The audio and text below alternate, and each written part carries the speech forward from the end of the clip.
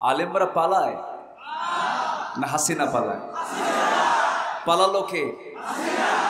2009 সালে আল্লামা সাইদ রাহিমাহুল্লাহ সর্বশেষ হজ তিনি পালন করেন 2009 সালে। সেই সময় থেকেই ট্রাইব্যুনাল গঠনের পরিকল্পনা, রাষ্ট্রীয় হত্যার মধ্য দিয়ে তাকে কেমনে শেষ করা যায় এই চেষ্টা তারা চালাচ্ছিল। সেই সময় কিন্তু তিনি দেশের বাইরে ছিলেন। তাকে অনেকে পরামর্শ দিয়েছিলেন যে দেশের অবস্থা তো খারাপ, আপনি এই দেশেই থেকে যান। তাকে এমন বহু দেশ ছিল তাকে নাগরিকত্ব দিতে পারত, এমন বহু দেশ ছিল কি ছিল না? উনি বলেছেন না, আমার দেশ, আমার মাটি, আমি আমার দ্বীনি ভাইদেরকে রেখে আমি পালিয়ে থাকবো বাহিরে, এটা আমার দ্বারা সম্ভব নয়। তাহলে আলেমরা পালায় না হাসিনা পালায়? পালালো কে? কত না সাহস দেখালো, কত না দাম্ভিকতা দেখালো।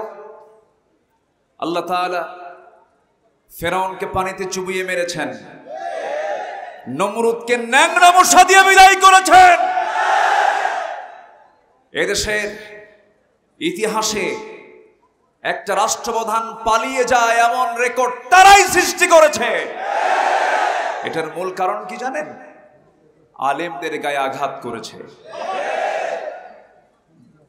তবে আশাদ্দুন নাস বালাউল আম্বিয়া সুম্মাল আমসাল ফাল আমসাল, যুগে যুগে অত্যাচার, নির্যাতন, নিপীড়নের শিকার হয়েছেন সবচাইতে বেশি হলো আল্লাহ রাসূল, নবীরা। স্বাভাবিক সেই নবীদের উত্তরসূরি হলো আলেম ওলামা।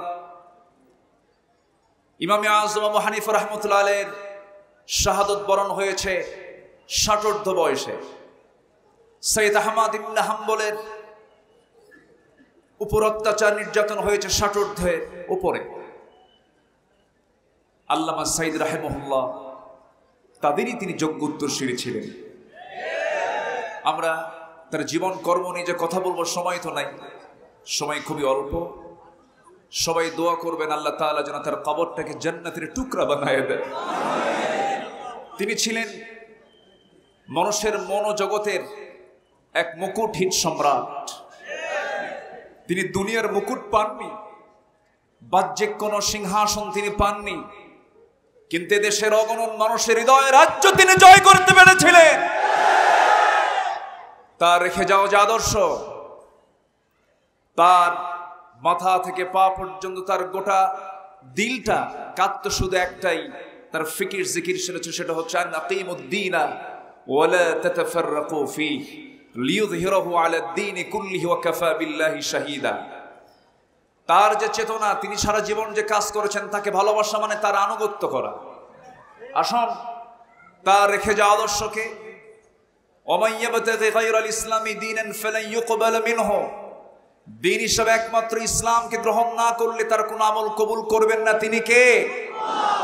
আসুন যে দলের সাথে ইসলামের সম্পর্ক সেই দল আমরা করি, যে দলের সঙ্গে ইসলামের সম্পর্ক নাই সেই দলের নেতাদের মুখে আমরা জুতা মারি। আল্লাহ পাক সবাইকে কবুল করুন।